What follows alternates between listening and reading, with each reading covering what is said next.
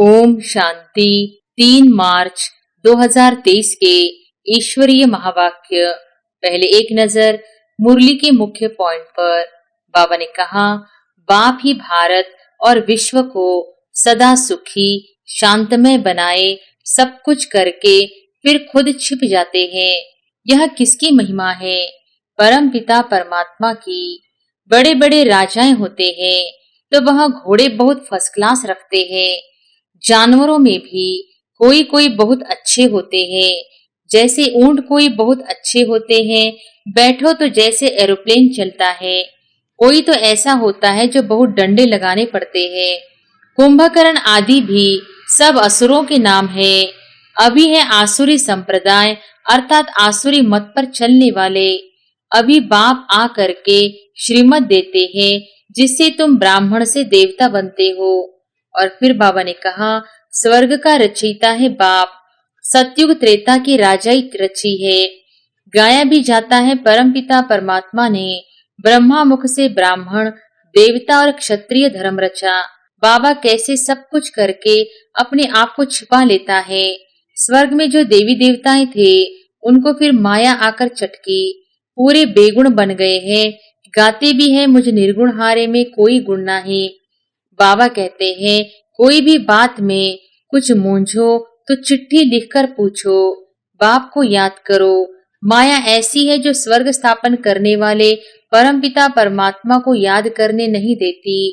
और फिर लास्ट में बाबा ने कहा, अब उनसे बाहर निकलो। यह भक्ति आदि करते करते तुम तंग हो गए हो। अभी भक्ति भी व्यभिचारी हो गई है। मौत आकर सामने खड़ा है तो श्रीमत पर चलना चाहिए। कोई को अगर क्रोध आता है तो समझना चाहिए हमारे में यह भूत है। फिर हम श्रेष्ठाचारी कैसे कहला सकते? तुम्हें श्रेष्ठाचारी बनने का पुरुषार्थ जरूर करना है। ज्ञान सागर द्वारा ज्ञान की परी बन जाते हैं। अभी तो नरक की परी होना, भले कितना भी कोई फैशन करे, पाउडर आदि लगावे, फिर भी है तो नरक में ना। और अब सुनते हैं महावाक्यों को विस्तार से। मुरली का सार। मीठे बच्चे, जब स्वच्छ पौधों पर 5 विकारों की मैल चढ़ती है तब भ्रष्टाचार बढ़ता है। अब तुम्हें श्रेष्ठाचारी बनना और बनाना है। प्रश्न है, श्रेष्ठ बनने के लिए श्री श्री शिव बाबा की श्रेष्ठ मत कौन सी मिलती है? उत्तर है, श्रेष्ठ बनने के लिए बाप की श्रीमत मिलती है। बच्चे, कम से कम 8 घंटे मेरी सर्विस पर रहो। 8 घंटा भला उस गवर्नमेंट की सर्विस करो, लेकिन 8 घंटा मुझे याद करो व स्वदर्शन चक्र फिराओ। साथ साथ शंख ध्वनि करो। सबको कहो कि गृहस्थ व्यवहार में रहते कमल फूल समान रहकर बाप से वर्षा लो। गीत है, किसने यह सब खेल रचाया, खेल रचा के खुद को छिपाया। ओम शांति। मीठे मीठे बच्चों ने गीत सुना। बच्चे पहले बहुत ही सतयुग के सुख भोगते थे, बहुत मस्त थे, खुशियां ही खुशियां थी। सिर्फ भारत ही था और कोई खंड नहीं था। भारतवासी यथा राजा रानी तथा प्रजा सब बहुत मजे में थे, खुशी में थे। कभी कोई भ्रष्टाचार नहीं होता था। सतयुग में देवी देवता श्रेष्ठाचारी थे, जिन्हों की कितनी महिमा गाई जाती है। महिमा यथा राजा रानी तथा प्रजा सबकी होती है, फिर माया आकर चटकती है। यह भी ड्रामा बना बनाया है, जिसको अच्छी रीति समझना है। बाप के सिवाय कोई समझा न सके। बाप ही भारत और विश्व को सदा सुखी शांतमय बनाए, सब कुछ करके फिर खुद छिप जाते हैं। यह किसकी महिमा है? परम पिता परमात्मा की। भारत में जब स्वर्ग था तो देवी देवताओं का राज्य था, सतो प्रधान था, दुख का नाम निशान नहीं था। फिर आधा कल्प बाद रावण राज्य हुआ। सतयुग के देवताओं के लिए गाया जाता है, संपूर्ण निर्विकारी मर्यादा पुरुषोत्तम। वहां तो कभी भ्रष्टाचार हो नहीं सकता। वहां तो श्रेष्ठाचारी थे। पौधे जो स्वच्छ थे उन पर 5 विकारों की मैल चढ़ने से भ्रष्टाचार होते होते अब पूरा भ्रष्टाचार हो गया है। राजा रानी तथा प्रजा जो श्रेष्ठाचारी थे वह सब अभी भ्रष्टाचारी बन पड़े हैं। गाते भी है, मुझे निर्गुण हारे में कोई गुण नाही, आप ही तरस परोई। कि आप ही तरस करो, ओ गॉड फादर, रहम मांगते हैं। देवी देवताओं के आगे जाकर कहते हैं हमको ऐसा बनाओ। ड्रामा को तो जानते नहीं कि वह फिर ऐसा कब बनेंगे। तो तुम श्रेष्ठाचारी थे, भ्रष्टाचार का नाम नहीं था। इस समय सभी मनुष्य भ्रष्ट बन पड़े हैं। यथा राजा रानी तथा प्रजा सब भ्रष्टाचारी से श्रेष्ठाचारी कैसे बन सकते हैं, यह कोई नहीं जानते हैं। यह है ही पतित दुनिया, भ्रष्टाचार होना ही है।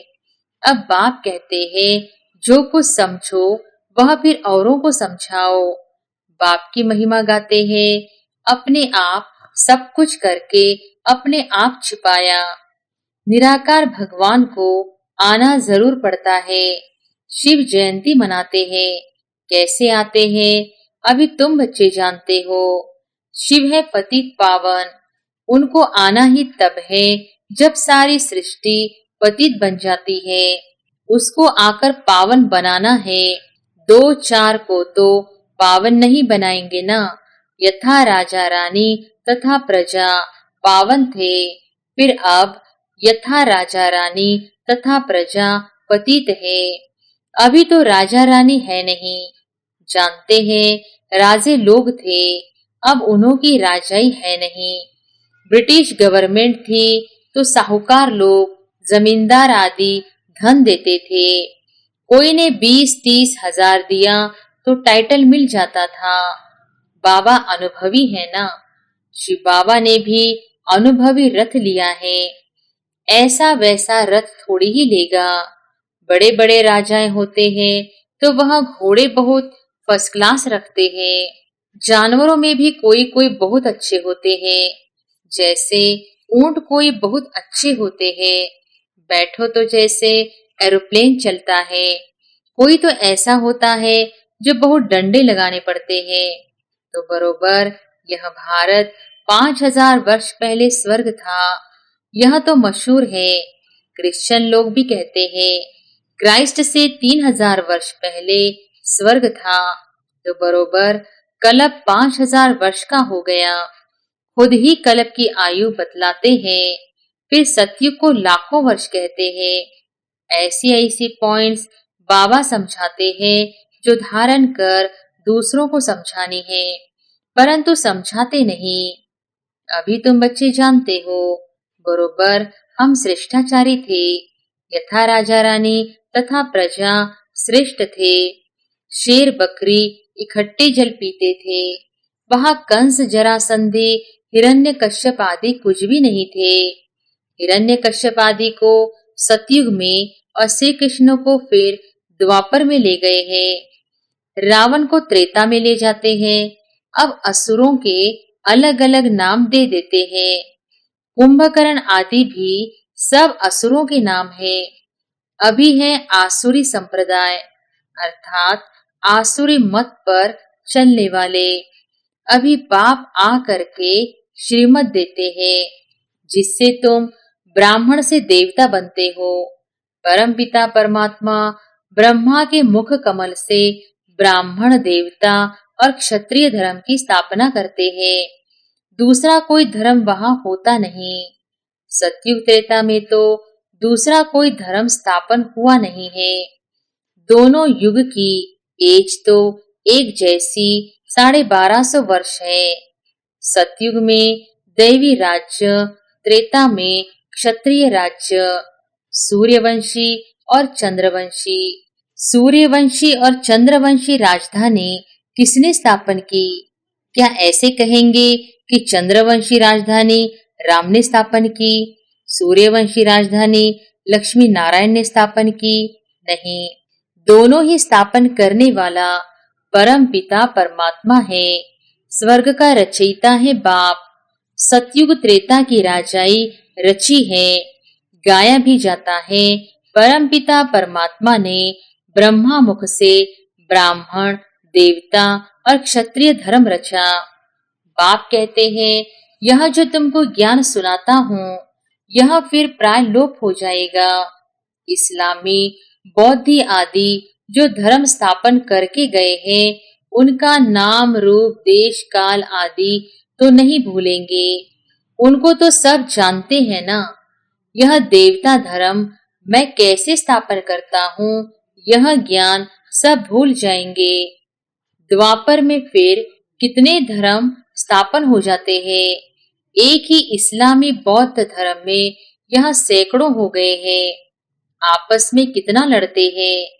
अभी तुम जानते हो बाबा कैसे सब कुछ करके अपने आप को छिपा लेता है। स्वर्ग में जो देवी देवताएं थे, उनको फिर माया आकर चटकी, पूरे बेगुण बन गए हैं। गाते भी हैं, मुझे निर्गुण हारे में कोई गुण नहीं। तब तो गुणवान देवताओं की पूजा करते हैं। बड़े बड़े राजाओं के पास अंदर महलों में मंदिर रहते हैं, पूजा करते हैं। ऐसा कोई राजा नहीं होगा जिसके पास मंदिर न हो। अब बच्चे जानते हैं, शिव बाबा की श्रीमत पर चलना है। कदम कदम पर श्रीमत लेनी है, तभी सो देवी देवता बनेंगे। परंतु श्रीमत पर भी चलते नहीं। बाबा कहते हैं, कोई भी बात में कुछ मूंझो तो चिट्ठी लिखकर पूछो। बाप को याद करो। माया ऐसी है जो स्वर्ग स्थापन करने वाले परमपिता परमात्मा को याद करने नहीं देती। बाबा जानते हैं तूफान बहुत आएंगे, परंतु चिट्ठी लिख पूछना चाहिए। इस हालत में क्या करे? बच्चे की शादी है, इस हालत में क्या करे? कोई मरा है, क्या करे? मत लेनी चाहिए। श्रेष्ठ बनना है तो श्रीमत पर चलना है। श्री कृष्ण की मत तो हो न सके। श्री कृष्ण पति दुनिया में कैसे आ सकता है? श्री कृष्ण की आत्मा खुद अंतिम जन्म में राजयोग सीख रही है। सिर्फ श्री कृष्ण की आत्मा है क्या? जो भी देवी देवता घराने वाले हैं, वह ब्राह्मण बने हैं। कदम कदम श्रीमत पर चलना है। बाप कहते हैं, जितना हो सके बाप को याद करते रहो। तुम्हारे पापों का बोझा बहुत है। भला कोई गवर्नमेंट सर्विस में है, 8 घंटे गवर्नमेंट की नौकरी है, बाकी जो समय है उसमें याद करो। कम से कम 8 घंटा तुम मेरी सर्विस करो। बाप को याद करो। स्वदर्शन चक्र फिराओ, शंख ध्वनि करो। कौन सी? सबको कहो, गृहस्थ व्यवहार में रहते कमल फूल समान रह करके बाप से वर्षा लो। बाप स्वर्ग रचते हैं तो स्वर्ग का वर्षा मिलना चाहिए। भारत ही स्वर्ग का मालिक बनता है। अभी तो नरक का मालिक है। नरक में दुखी होते हैं, तब बाप को याद करते हैं, परंतु जानते नहीं कि बाप क्या देगा। बाप के लिए कहते हैं, सर्वव्यापी है, भीतर ठिक्कर में है। बाप कहते हैं, तुमने कितनी भूल की है, परंतु यह भी ड्रामा में नोंद है।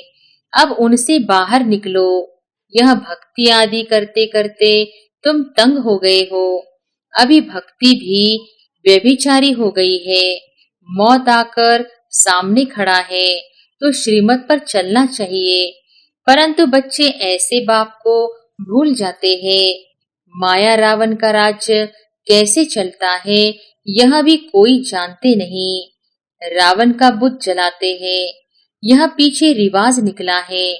रावण को जलाते हैं, परंतु हर वर्ष रावण बड़ा होता जाता है। आगे 10 फुट का बनाते थे, फिर 15 फुट का बनाया, फिर 50 फुट, एकदम छत जितना लंबा बनाते हैं। बुद्ध का भी बहुत बड़ा चित्र बनाते हैं। इतने बड़े मनुष्य तो होते नहीं।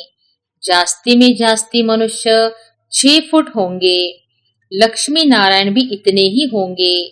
ऐसे नहीं, वहां आयु बड़ी होती तो बड़े बन जाते हैं। नहीं, मनुष्य मनुष्य ही है। जैसे अभी देखते हैं, भिन्न भिन्न वैरायटी है, कोई काले कोई कैसे। भारत में सुंदर भी थे, अभी शाम बने हैं। सुंदर बनाने वाला है बाबा। वह है हसीन मुसाफिर, वह तुमसे बात कर रहे हैं। उनको भूलना नहीं चाहिए। उनको साकार को भला भूल भी जाओ, हमेशा समझो बाबा हम सजनियों को खूबसूरत परिजादा बनाते हैं। कहते हैं ना, एक तालाब है जहाँ डुबकी लगाने से मनुष्य परी बन जाते हैं। अभी तुम समझते हो, ज्ञान सागर द्वारा ज्ञान की परी बन जाते हैं। अभी तो नरक की परी हो ना, भले कितना भी कोई फैशन करे, पाउडर आदि लगावे, फिर भी तो है नरक में ना। कोई से भी पूछो, यह स्वर्ग है व नरक है। कहते हैं साहूकारों के लिए स्वर्ग है।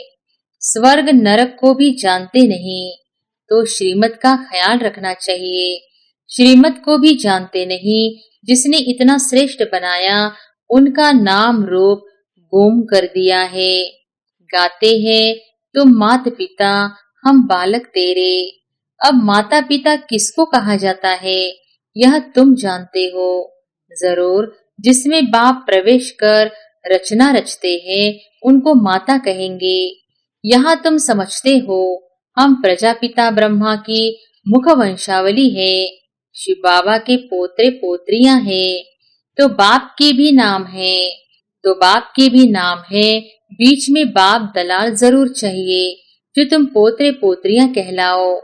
दादे से वर्षा लो, तो यह दलाल है, इनसे वर्षा नहीं मिल सकता। इनको भी वर्षा शिव बाबा से लेना है, शिव बाबा के मत पर चलना है। तुम्हें ब्रह्मा के द्वारा शिव बाबा से वर्षा मिलना है, परंतु बाबा कहते हैं तुम इनको भी भूल जाओ। शिव बाबा से तुमको मत लेनी है। शिव जयंती मनाते हैं, परंतु बिल्कुल जानते नहीं, स्वर्ग बनाने वाले बाप का यादगार गुम कर दिया है। नरक बनाने वालों के यादगार रख दिए हैं। दिन प्रतिदिन भ्रष्टाचार होता जाता है। कोई को अगर क्रोध आता है तो समझना चाहिए हमारे में यह भूत है, फिर हम श्रेष्ठाचारी कैसे कहला सकते। तुम्हें श्रेष्ठाचारी बनने का पुरुषार्थ जरूर करना है।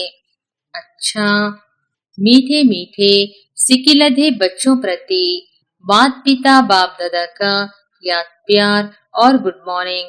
रूहानी बाप की रूहानी बच्चों को नमस्ते।